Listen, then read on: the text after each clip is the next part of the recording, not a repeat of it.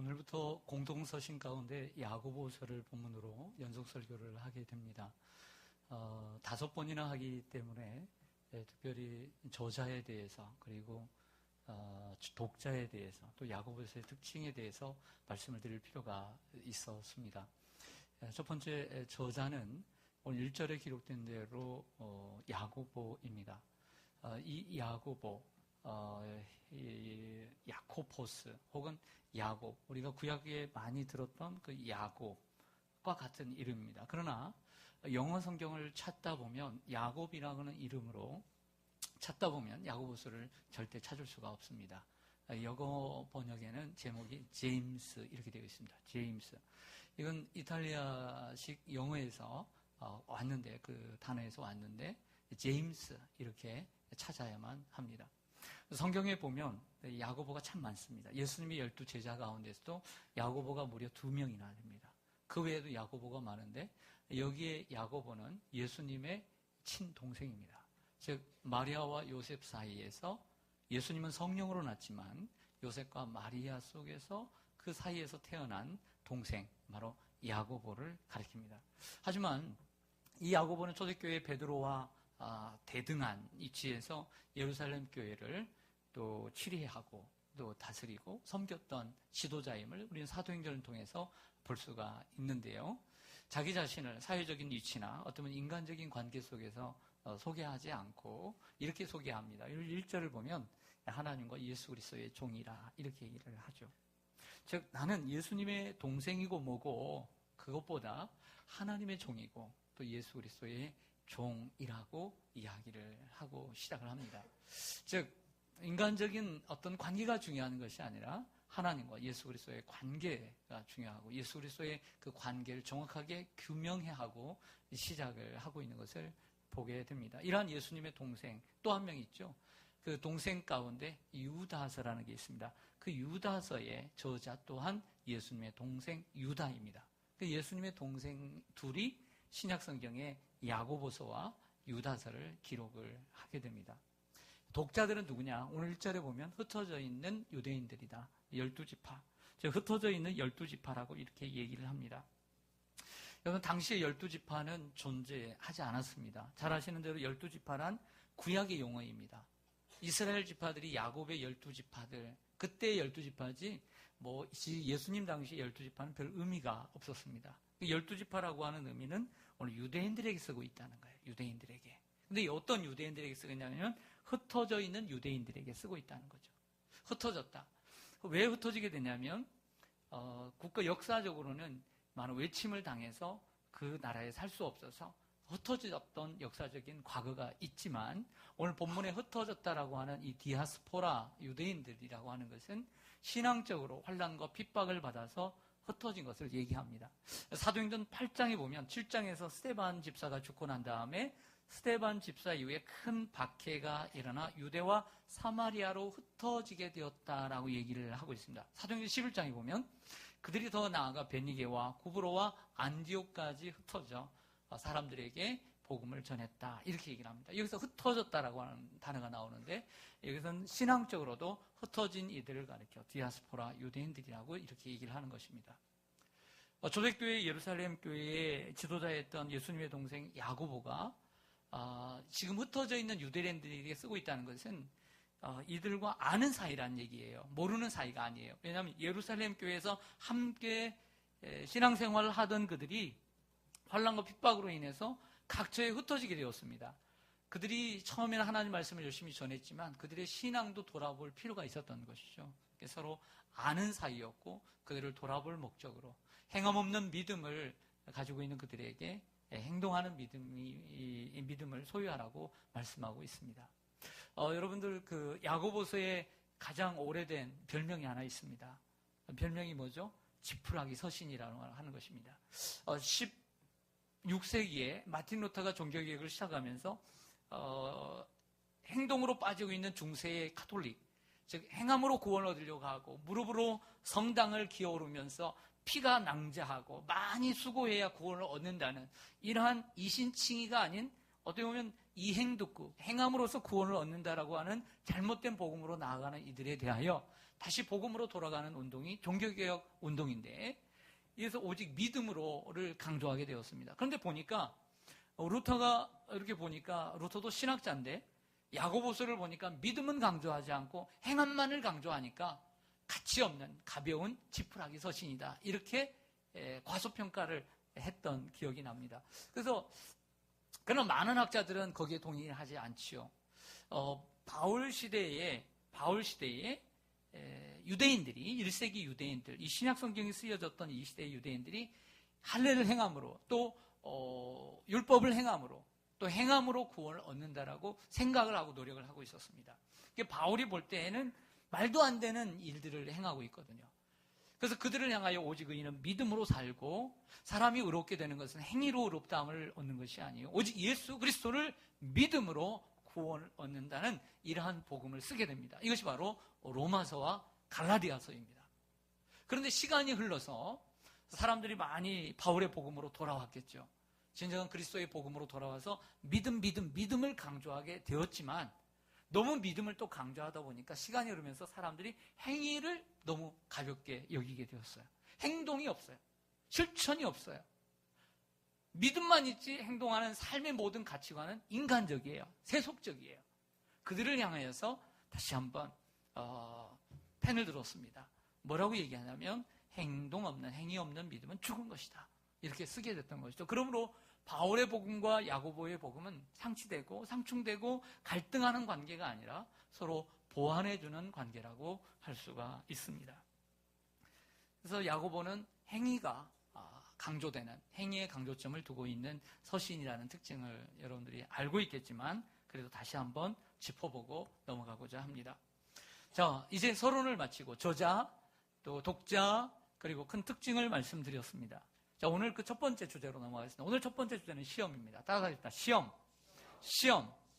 오늘 1장 초반부만 해서 시험이라는 단어, 그리고 시련이라는 단어가 무려 몇 번 나오냐면 한글 번역 성경에 9번 나옵니다. 9번 나옵니다. 시험, 시련. 그 영어 성경은 어떻게 나와 있는가? 제가 찾아봤더니 2절에 이 시험은 트라이얼 이렇게 되어 있습니다. 3절에서는 테스트. 12절에서도 또 다시 시험이라는 단어가 나오기 시작하는데 테스트로 나오다가 그 다음에 13절에 보면 템프테이션, 3T로 나옵니다. 3T. 트라이얼, 테스트, 그 다음에 템프테이션. 여러 가지 시험이라는 시련이라는 단어들을 많이 사용하고 있는 것을 보게 됩니다. 오늘 2절을 좀 보시면요. 내 형제들아 너희가 여러 가지 시험을 당하거든 온전히 기쁘게 여기라. 이렇게 이해했습니다. 여러 가지 시험을 당하거든 온전히 기쁘게 여기라. 그런데 3절에 가보니까 뭐라고 이야기를 하냐면 이는 너희의 믿음의 시련이 인내를 만들어내는 줄 너희가 알미라 그랬습니다. 여러 가지 시험이라는 단어가 3절에 가서는 무엇으로 바뀌게 돼요? 시련이죠. 그러므로 시험과 시련은 헬라어로는 다르지만 의미상으로는 크게 구분할 필요가 없다는 결론을 내렸습니다. 굳이 하나하나 그 시험을 이건 이런 시험이고 이 단어는 이런 시험이고 이렇게 굳이 말할 필요가 없을 것 같습니다. 또 12절에도 보면 시험을 참는 자는 복이 있나니 이는 시련을 견디어 낸 자라 그랬습니다. 앞에는 시험을 참는 자라고 했습니다. 자, 제가 말이 빨라요. 저는 많이 정화를 해서 준비가 되어서 말씀을 전합니다. 여러분들이 조금이라도 딴 생각하면 하나님의 말씀이 여러분들 그냥 들려지지 무슨 뜻인지 모르고 들어요. 집중을 하세요. 집중을. 졸리더라도 좀 눈 깨시고 덥더라도. 시험을 참는 자는 복이 있나니 시련을 견디어낸 자라 그랬어요. 그 시험과 시련을 함께 두고 있는 것을 보게 됩니다. 자, 오늘 믿음은 드러나야 합니다. 첫 번째 시간입니다. 믿음은 어디서 드러나야 되느냐? 시험을 맞이하는 자세에서, 시험을 당하는 자세에서 믿음은 드러나야 된다는 거예요. 여러분들은 지금까지 살아오면서 여러 가지 시험을 만났을 것입니다. 그 시험 앞에서 여러분들은 어떤 모습 속에서 어떤 모습으로 여러분들 사셨습니까? 어떻게 시험을 잘 이기셨습니까? 어떻게 이겨오셨습니까? 오늘 2절을 보겠습니다. 첫 번째로 내 형제들아 너희가 여러 가지 시험을 당하거든 온전히 기쁘게 여기라 그랬습니다. 시험은 여러 가지입니다. 그런데 온전히 기쁘게 여기라. 따라하겠습니다. 온전히 기쁘게 여기자. 이게 시험을 당할 때 첫 번째 자세는 뭐냐면 온전히 기쁘게 여기라는 것입니다. 여러 가지 시험이라고 했습니다. 여기 시험은 초대교회 성도들이 받는 박해나 아니면 가난이나 그런 고통일 수 있습니다. 하지만 꼭 그런 시험뿐만 아니라 우리를 유혹하는, 악을 행하도록 만드는 이러한 유혹도 포함이 됩니다. 가끔씩 이렇게 시험을 당하는 분들, 시험에 드는 분들을 이렇게 권유하러 가면 이런 얘기를 먼저 합니다. 남의 탓도 있지만 자신을 돌아오면서 목회자가 물어보니까 내가 부족해서 그렇죠. 맞아요. 자신이 부족해서 시험에 들었어요. 시험의 원인은 첫째 자신이 부족해서 그런 거예요. 그런데 그 속에 숨어있는 내용은 남이 나를 이렇게 했기 때문에 내가 부족해서 거기에 시험에 빠진 거예요. 겸손하게 내가 부족해서 시험에 들었다고 말은 하지만 원인은 다른 곳에 있는 것이죠. 다른 사람의 말 한마디에, 다른 사람의 행동에 내가 시험에 든 거예요. 내가 부족해서. 그러니까 두 번째로는 남의 연약함 때문에 시험에 드는 거예요. 또 다른 의미로는 물질에, 인간이 가장 취약한 것이 뭐냐면 물질이에요. 물질에 어려움을 당할 때 하나님을 멀리할 수 있습니다. 우리가 물질에 풍요로운 삶을 산다면 하나님을 잘 믿을 수 있겠지만 물질의 어려운 공고함이 올 때 참 힘든 거죠. 또 하나의 가장 큰 문제점은 인간적인 관계예요. 물질적인 관계, 인간적인 관계. 또 하나는 자신의 부족함과 다른 사람의 연약함 속에서 사방에서 우리를 시험할 수 있다는 것입니다. 예를 들어 욥의 경우 사단이 하나님께 와서 상의를 합니다. 하나님, 욥이 왜 하나님을 그처럼 사랑하고 경외하는 줄 아십니까? 잘 섬기는 줄 아십니까? 왜 그런데 까닭없이 하나님을 경외하는 줄 아시겠어요? 까닭없이 하나님을 경외하겠습니까? 하나님이 축복해 주시고 형통하게 하니까 그렇게 하나님을 경외하는 겁니다. 그래? 그의 몸에는 생명에는 손을 대지 말고 네가 마음대로 해봐라. 그러니까 하루아침에 그 모든 재산을 도적질하고 착취하고 불태워버렸어요. 어떻게 나오는가? 정말 하나님께서 물질의 축복을 주셔서 하나님을 섬기는지 욥이, 아니면 그거와 상관없이 하나님을 섬기는지 한번 시험해 보고 싶었던 거예요. 드러내보고 싶었어요. 사단은 이 물질을 통해서 그 믿음이 진짜인지 가짜인지를 드러내 보이고 싶었던 것이죠. 그런데 욥의 경우를 보면 시험을 온전히 기쁘게 여기는 것을 볼 수 있어요. 그 재산이 탈취되고 불태워버리고 자녀들이 죽였음에도 불구하고 주신이도 여호와시요 찾으신, 되찾아가신 분도 하나님이시니 하나님께서 영광을 받으실지어다 하고 하나님 앞에 예배를 드려요. 아니, 이럴 수가. 세상에 이런 사람이 있을 수가 있어요? 모든 사람이 욥과 같다면 오늘 제가 여러분들에게 이런 설교를 할 필요가 있겠습니까? 제가 여러분들에게 배워야죠. 무릎을 꿇고 저는 배울 것입니다. 하지만 우리는 다 욥과 같지 않아요. 아브라함 같아요. 아브라함의 믿음의 초창기를 보면 갈대아 우르에서 나와서 가나안 땅에 도착을 했습니다. 처음에는 잘한 것처럼 느껴졌어요. 그러나 가나안 땅에 기근이 오자 얼싸좋다 하고 애굽으로 내려가 버렸어요. 이게 초창기의 믿음이에요. 나오미는 어때요? 베들레헴에서 남편과 두 아들과 정말 재미있게 살았는데 부족함이 없었어요. 기근이 오자 모압으로 내려가 버렸어요. 아브라함은 하나님께서 돌보사 누이라고 거짓말까지 하는 이 정말 남자 같지 않은 이 남자를 사랑해 주셔서 돌봐 주셨음에도 불구하고 나오미는 모압에 내려가서 남편 죽고 그리고 두 아들까지 다 죽는 이런 삶을 살았어요. 사람들은 고난 앞에서 반응도 다르지만 결과도 달라요. 모든 사람이 욥과 같은 결과가 있는 것도 아니고 아브라함 같은 결과가 있는 것도 아니고 나오미와 같은 결과도 있을 수 있다는 거 보는 것이죠. 다만 중요한 것은 이러한 여러 가지 시험을 통해 하나님은 그들을 연단하신다는 거예요. 그래서 오늘 야고보는 뭐라고 얘기하냐면 그 여러 가지 시험을 만나거든 온전히 기쁘게 여기라. 이는 믿음의 시련이 너희의 인내를 만들어 내려 함이라. 이렇게 믿음의 시련이라고 얘기합니다. 3절을 보겠습니다. 3절과 4절 보시면 우리 같이 한번 읽겠습니다. 시작. 이는 너희 믿음의 시련이 인내를 만들어내는 줄 너희가 알미라. 인내를 온전히 이루라. 이는 너희로 온전하고 구비하여 조금도 부족함이 없게 하려 함이라. 아멘. 3절과 4절은 2절에서 시험을 온전히 기쁘게 여기라라고 하는 이유와 목적을 얘기하는 겁니다. 이는 왜 시험을 온전히 기쁘게 여겨야 되느냐? 비록 힘들지만 그 시련을 견디어낼 때 온전한 단어를 2번이나 써요. 온전하다는 단어를 2번, 구비하라고 하는 단어, 부족함이 없다는 단어, 완전히 온전하게 만들어서 정말 부족함이 없는 멋진 믿음으로 내가 너를 만들어 가겠다는 거예요. 이게 하나님께서 우리에게 주시는 시험의 이유라고 하는 것입니다. 욥과 같은 경우에는 성경 중간에 있지만 연대기로 보면 아브라함 시대입니다. 아브라함 시대거든요, 욥은. 그러니까 성경이 없던 시대예요. 근데 욥은요, 이 성경이 없던 시대에도 이 진리의 말씀을 마치 읽었던 것처럼 이미 깨닫고 알고 있었어요. 그래서 스스로 말합니다. 욥기 23장 10절에 그러나 그가 나의 가는 길을 아시나니 그가 나를 단련하신 후에는 내가 순금같이 되어 나오리라. 할렐루야. 참으로 하나님 말씀이 없던 시대에도 이 하나님 말씀이 있는 것처럼 깨닫고 갔던 사람이 바로 욥이라는 것을 알 수 있습니다. 사실 시험을 좋아하는 사람이 누가 있어요? 고난을 좋아하는 사람이 누가 있어요? 좋아하지 않습니다. 하지만 시험이 오고 고난이 왔을 때 우리는 하나님 말씀을 붙잡을 수밖에 없어요. 그것을 통해서 하나님이 나를 온전하고 구비하도록 부족함이 없는 믿음의 사람으로, 성숙한 사람으로 하나님이 만드시겠다는 그 이유와 목적을 알기 때문에 우리는 인내해야 될 줄로 믿습니다.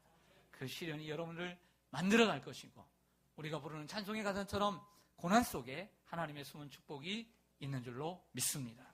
5절을 읽겠습니다. 시작.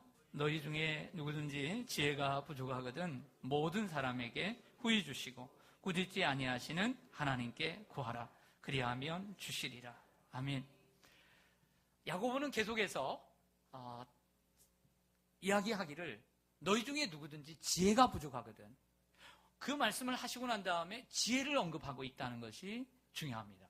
너희 중에 누구든지 지혜가 부족하거든 후히 주시고 꾸짖지 아니하시는 하나님께 구하라. 그리하면 주시리라. 시험을 당할 때 우리가 맞이해야 되는, 취해야 되는 자세는 하나님의 지혜를 구해야 되는 거예요. 따라했습니다. 하나님의 지혜를 구하자. 여러분, 시험은 여러 가지 시험입니다. 너희가 여러 가지 시험을 만나거든. 수많은 시험 앞에서 제가 이제 여러 가지 그 시험의 샘플들을 여러분들에게 조금씩이나마 좀 이제 계속 소개할 겁니다. 그 시험 앞에서 우리는 지혜를 구해야 된다라고 하는 것을 기억해야 합니다. 잠언 8장에 보면 지혜는 진조보다 귀하다 하고 있고 지혜를 얻는 자는 생명을 얻고 여호와께 은총을 얻는다고 했습니다. 솔로몬이요, 열왕기상 3장에 보면 왕이 되었습니다. 성군 다윗, 아버지지만 그 큰 형들을 물리치고 30의 어린 나이에 왕이 되었습니다. 선임자가 좀 못하면 할만한데 너무 잘했어요. 기가 죽었어요. 그리고 왕위에 딱 앉으니까 사람들이 기대를 합니다. 저 솔로몬은 어떤 왕일까? 능력이 있을까? 그리고 그 직책에 앉게 되면 사람들에게 자기의 능력을 발휘하고 싶고 또 발휘해야만 합니다. 문재인 대통령이 대통령이 됐으면 우리는 생각합니다. 얼마나 능력이 있을까? 많은 일들을 잘 해나가고 있는데 이 요즘 어려운 이 경제를 어떻게 타개할 수 있는 능력이 있을까? 우리는 생각합니다. 그걸 보고 능력이 있는가 없는가를 우리는 판단하는 것입니다. 마찬가지로 왕위에 오르게 되면 사람들은 기대를 합니다. 그리고 눈을 크게 뜹니다. 능력이 있는가 없는가. 이것이 또 시험입니다. 따라서입니다. 이것도 시험이다. 하나님의 음성을 듣는 마음을 구했습니다. 1,000번째 예배를 드리고 하나님의 마음, 하나님의 음성을 듣는 귀, 듣는 마음을 가졌다는 거예요. 하나님 그래서 솔로몬에게 그 지혜를 구한 그에게 지혜를 주고 그리고 훌륭한 왕이 되게 했습니다. 여러분, 사람은 누구나 새로운 직책에 앉게 되면 자기의 능력을 발휘하고 싶어하고 또 다른 사람도 그 사람의 능력을 보고 싶어합니다. 또 우리가 새로운 직장에 이직을 하게 되면 저 사람이 경력사원이라고 한다면 얼마만큼의 능력이 있는가를 보고 싶어하는 거예요. 맞습니까? 안 맞습니까? 맞죠? 이것도 시험인 거예요. 이것도 시험이에요. 그러므로 우리는 시험을 만났을 때에 솔로몬처럼 지혜를 구해야 될 줄로 믿습니다. 지혜를 구해야 돼요. 다윗은요, 왕이 되기 전에 사울에게 쫓김을 당했습니다. 사울에게 쫓김을 당했습니다. 얼마나 쫓김을 당했는지 정말 그 기나긴 인생. 그러나 그 사울왕을 죽일 수 있는 절호의 기회를 몇 번 얻게 됩니다. 한 번은 그 토굴 속에 큰 속에 저기 수백 명의 군사들과 함께 이 다윗이 숨어 있는데 특수부대 3,000명을 이끌고 사울이 쳐들어왔습니다. 그 사울이 딱 잤다가 이제 볼일을 봤는데 큰 볼일을 보게 되었어요. 큰 볼일을 보려고 그 다윗이 들어있는 그 굴 속에 들어간 거예요. 참 너무 아이러니 아닙니까? 세상에 이런 일이 있을 수 있어요. 하나님 만드신 것이 아니면 이런 일이 있을 수가 없죠. 죽이면 끝나는 겁니다. 여러분, 이제 고난이 끝이 납니다. 이제 고난이 끝이에요. 그리고 더 잘 되면 저 사울의 왕위를 다윗이 이을 수 있는 절호의 기회가 되는 거예요. 옆에 있던 군인들이 얘기합니다. 다윗이요, 죽일까요? 말씀만 하십시오. 그러자 그들을 물리치고 스스로 칼을 가지고 가서 볼일을 보고 있는 그 사울의 겉옷자락을 살짝 베었습니다. 성경을 보니까 그 겉옷자락만 벤 것 자체도 너무나 마음에 찔려 다윗은 아파했어요. 사울이 나간 후에 자기의 사람들에게 이렇게 얘기합니다. 하나님께 기름 부음 받은 자를 우리가 손대지 말아야 한다. 이런 얘기를 합니다. 그리고 나가서 아버지 하면서 이렇게 얘기하지 않습니까? 여러분, 여기 또 시험입니다. 우리는 지혜가 필요합니다. 어떤 지혜가 필요합니다. 누군가 여러분을 힘들게 하고, 누군가 여러분들 괴롭히고, 누군가 여러분들 마음 아프게 할 때 그 사람을 어떻게 상대하고 그 상황에서 어떻게 반응할까? 이것도 시험입니다. 이것도 시험인 거예요.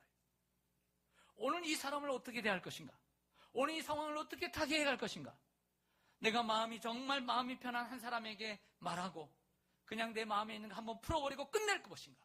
아니면 이 문제를 크게 만들어서 어떻게 해버릴 것인가? 라고 하는 이러한 결단을 해야 되는데 이때 필요한 것이 뭐냐면 지혜라는 거예요. 지혜. 그런데요, 야고보서 5장 이 전체 가운데 지혜에 대해서 오늘 한 번만 얘기하는 것이 아니라 3장에서 구체적으로 얘기를 합니다. 지혜는 두 가지 지혜가 있다. 첫째는 땅의 지혜가 있고, 땅의 지혜는 정욕적이고 세상적이고 마귀적인 것이다. 그리고 또 하나는 오직 위로부터 난 지혜가 있다라고 말씀을 하고 있어요. 그럼 오늘 1장 5절에서 지혜를 구하라 했을 때 그 지혜는 무엇인가? 우리가 삶의 여러 가지 시험, 수많은 시험 가운데 지혜가 있어야 된다. 한번 보시죠. 3장 13절을 가보겠습니다. 3장 13절.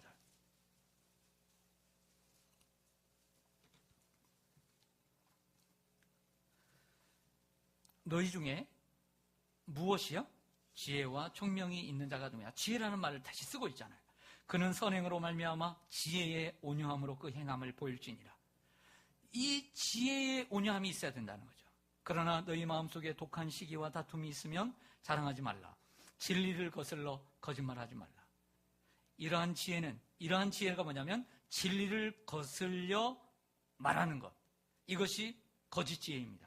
위로부터 온 것이 아니요, 내려온 것이 아니요, 땅의 것이요, 또 정욕의 것이요, 귀신의 것이니 시기와 다툼이 있는 곳에는 혼란과 모든 악한 일이 있습니다. 이런 지혜가 있다는 거예요. 그러나 17절에 오면 오직 위로부터 난 지혜, 하나님이 주시는 지혜는 첫째 성결하고, 다음에 화평하고 관용하고 양순하며 긍휼과 선한 열매가 가득하고 편견과 거짓이 없나니 화평하게 하는 자들은 화평으로 심어 의의 열매를 거두느니라. 그거 말씀합니다. 여러분, 우리가 여러 가지 시험 앞에서 그 시험을 어떻게 반응할 것인가? 지혜가 필요하다. 지혜. 그럼 지혜는 뭐냐? 세속적인 지혜, 땅의 지혜가 있고 하늘의 지혜가 있다는 거예요. 하나님의 지혜를 얻어야 되나? 결과적으로 야고보서가 말하는 하나님의 지혜란 다른 게 아닙니다. 하나님의 말씀입니다. 1장 후반부에 보면 하나님의 말씀을 거론하고 있어요. 지혜. 그것은 뭐냐면 하나님의 말씀으로 이기라는 거예요. 내 생각대로 행동하지 말고 하나님의 말씀하신 대로 그게 순종하며 그래도 그 말씀대로 살아가라는 말씀을 하고 있는 것입니다. 그 축구 국가대표를 지내고요. 성공적인 축구 국가대표를 지낸 이영표라는 선수가 있습니다. 해설도 하고요. 그 이영표 선수가 지금은 캐나다 밴쿠버에 살고 있는데, 이영표 선수가 20대 초반에 예수를 믿기 시작하면서 참 멋진 그리스도인의 모습으로 살아가고 있습니다. 정말 응원해주고 싶고요. 박수 쳐주고 싶은 귀한 분이라고 생각합니다. 그분의 책을 이제 휴가 동안에 이제 읽게 되었는데 그의 예화 가운데 이런 예화가 있더라고요. 이제 자기 얘기를 쓰고 있는데 딸만 셋이에요. 딸 셋인데 딸 둘을 낳고 이제 셋째를 이제 낳을 때가 됐는데 그냥 양수가 터져가지고 이제 산부인과에 갔습니다. 그래서 산부인과에 가서 이제 진통을 시작하는데 보통 이제 병원에서 권하는 게 있죠. 그건 뭐죠? 무통분만 주사라는 게 있습니다. 그래서 거기서 사인을 하라고 고민이 됐습니다. 그래서 아내에게 이렇게 말했다고 합니다. 우리가 첫째도 둘째도 무통분만 주사 받지 않고 또 하나님 말씀에 남자는 이마에 땀을 흘리고 수고해야 하고 여자는 임신하는 수고와 해산의 수고를 해야 하는데 이번에도 좀 참고 하나님 말씀대로 하는 게 어떻겠느냐 이렇게 권했더니 아내도 거기에 수긍을 하고 사인을 하지 않고 고통 가운데 셋째도 낳았다는 거예요. 자, 여러분들이 아기를 또 낳으실지 네, 여러분 손주들을 낳을지 모르지만 어떤 무통분만 주사를 맞아라 맞지 않느냐 얘기를 하는 게 아니에요. 이영표 씨가 얘기하는 중요한 것은 세상에는 두 가지 방식이 있다는 거예요. 쉽게 삶을 살아가는 방식과 하나님의 말씀을 따라 살아가는 방식이 있다는 거예요. 우리는 이 사이에서 순간순간 선택을 해야 된다는 것이죠. 제가 제 아들들에게 책 2권을 선물했습니다. 선물을 하고 방학 때 한번 읽어보라고. 그래서 저도 읽었습니다. 홍성사에서 나온 이영표의 말이라고 하는 그림이 많이 있기 때문에 쉽게 읽을 수 있고요. 그리고 두란노에서 나오는 생각이 내가 된다라고 하는 이 책 너무 좋습니다. 아주 일반적으로만 읽을 것이 아니라 아주 통찰력이 대단해요. 대단하다. 그래서 우리 여러분들의 자녀들에게 피자 한 판, 치킨 한 마리 시켜주고 싶지만 그런 거 하나 좀 전략해가지고 자녀들에게 편지를 좀 써가지고 저희 썼잖아요. 사랑하는 아들에게 이렇게 해가지고 사랑하는 딸에게 좀 책을 주시고 그래서 여러분들 이 책 추천하니까 자녀들에게 서점감이 기독교 서점감이 있으니까 여러분들 선물을 좀 꼭 해주시고 자녀들이 그걸 읽도록 하시길 바랍니다. 그래서 추천합니다. 오늘 6절에서 8절 한번 보시겠습니다. 6절에서 8절. 오직 믿음으로 구하고 조금도 의심하지 말라. 의심하는 자는 마치 바람에 밀려 요동하는 바닷물결 같으니 이런 사람은 무엇이든 주께 얻기를 뭐하지 말라. 생각하지 말라. 맨 마음을 부어 두 마음을 품어 모든 일에 정함이 없는 자로다. 저를 보겠습니다. 여러분 시험을 당할 때 우리가 취해야 되는 태도는 온전히 믿음으로 기도해야 합니다. 믿음으로 기도해야 된다. 오늘 예수님의 동생 야고보의 말 속에는 예수님의 향기가 많이 묻어납니다. 오직 의심하지 말고 오직 믿음으로 구하라. 이런 말이 꼭 예수님 말씀 같지 않아요? 예수님 말투잖아요. 그래서 비슷합니다. 조금도 의심하지 말라. 조금도라는 단어. 이는 하나님께 받기를 생각하지도 말라. 조금도 생각하지 말라는 것은 하나님이 줄 생각이 없다는 거예요. 이미 의심하는 기도는 기도가 아니에요. 의심하는 기도는 기도가 아니에요. 여러분 우리가 휴대폰이 있습니다. 여기 휴대폰이 있다고 가정합시다. 우리의 휴대폰 숫자는 11자리입니다. 010-8955-9973 누구 번호예요? 제 번호예요. 제 번호인데 이 11자리 가운데 잘못 눌러가지고 한 자리라도 잘못 눌렀으면 저에게 전화가 올까요? 안 올까요? 한 자리 들렸는데 와요? 안 와요? 안 오죠. 이런 경험도 있죠. 맞습니다. 조금도 의심하지 말라는 것은 이런 것입니다. 조금이라는 것이 마치 통화가 안 되도록 잘못된 전화벨을 누리는 것과 같은 거예요. 믿음으로 구하시길 바랍니다. 여러분 우리가 선풍기 요즘 덥죠. 코드를 꽂고 눌렀습니다. 눌렀는데 안 나와요. 선풍기가 어디 고장이 났나. 이것도 만져보고 저것도 만져보고. 가보니 보니까 이 코드가 조금 빠져 있는 거예요. 코드를 꽂으면 어떻게 돼요? 바람이 나오죠. 가끔씩 청소기를 돌리는데 유선 청소기입니다. 돌리는데 청소를 하다 보면 이렇게 줄을 당기잖아요. 그러면 좀 빠지게 쓰는 게 있잖아요. 하다가 또 청소기가 안 돌아요. 이놈의 청소기가 왜 안 도나? 그래서 가다 이렇게 추적해 보면 코드가 또 조금 빠져 있죠. 그거 다시 꽂으면 어떻게 되죠? 다시 나오죠. 그때 우리는 깨닫죠. 하나님과의 나의 관계도 마찬가지인 거예요. 주님의 일을 내 혼자만 열심히 하면 안 되는 거예요. 코드가 꽂아 있는지 확인해 보세요. 코드가 꽂아져 있는지. 열심히 할 것이 아니라 내 믿음이 하나님과 어떤 관계에 있는가를 점검해야 합니다. 기도만 할 것이 아니라 내 기도가 조금도 의심하지 않는 믿음의 기도가 되도록 우리를 정결케 해야 합니다. 야고보는 의심하는 자를 가리켜 두 가지 예를 듭니다. 하나는 바람에 밀려 요동하는 바다 물결과 같다. 여러분, 바다는 스스로 움직입니까? 안 움직입니까? 바다는 스스로 절대 움직이지 않습니다. 바람에 움직이는 거예요. 바람에 움직이는 거예요. 자, 이것은 무슨 표현이냐면 외적인 환경에 약하다는 거예요. 의심하는 자는. 또 하나는 두 마음이라는 표현을 씁니다. 두 마음. 한 마음이 없이 두 마음이에요. 그러니까 내적인 갈등과 충돌이 일어나요. 외적인 외부의 환경에도 늘 움직이고 스스로 갈등하는 이런 사람, 의심하는 자라는 거예요. 그러지 말라는 거예요. 사랑하는 성도 여러분, 여러분 마음속에 의심을 버리고 오직 믿음으로 하나님의 지혜를 구하시길 바랍니다. 바울과 실라가 빌립보 선교를 할 때 귀신 들린 여인이 하도 따라다니니까 어쩔 수 없어서 정말 불쌍하기도 하고 그래서 고쳐주었더니 이 점치는 여인으로 인해서 이익을 얻던 주인들이 자기의 주머니에 돈이 안 들어오자 얼마나 이게 큰일이에요. 어제까지 돈이 들어오다가 난리가 났죠. 굴러온 돌이 박힌 돌을 빼는 식이고 어떻게 이 토박이들을 이렇게 만드는가. 그래서 바울과 실라를 고발을 합니다. 바울과 실라가 벗김을 당하고 옷 벗김을 당하고 매로 맞고 그리고 착고에 채워진 채로 감옥에 들어갔어요. 그날 밤 사도행전의 저자인 누가는 그때의 그 한밤중에 그들의 모습을 이렇게 묘사합니다. 사도행전에 한밤중에 바울과 실라가 기도하고 하나님께 찬송하며 죄수들이 듣더라. 제가 한 글자도 고치지 않고 그대로 가져왔어요. 한밤중에 바울과 실라가 기도하고 하나님께 찬송하며 죄수들이 듣더라고 했습니다. 바울과 실라는 주의 일을 하다가 사명의 십자가를 지게 되었습니다. 우리가 주의 일을 할 때 사명의 십자가를 지게 됩니다. 어떻게 해야 합니까? 기도하고 찬송해야 합니다. 여러분, 우리가 주의 일을 할 때 시험이 찾아옵니다. 이것도 시험입니다. 따라하겠습니다. 내가 주의 일을 할 때 시험이 찾아온다. 열심히 할 때 더 많이 찾아온다.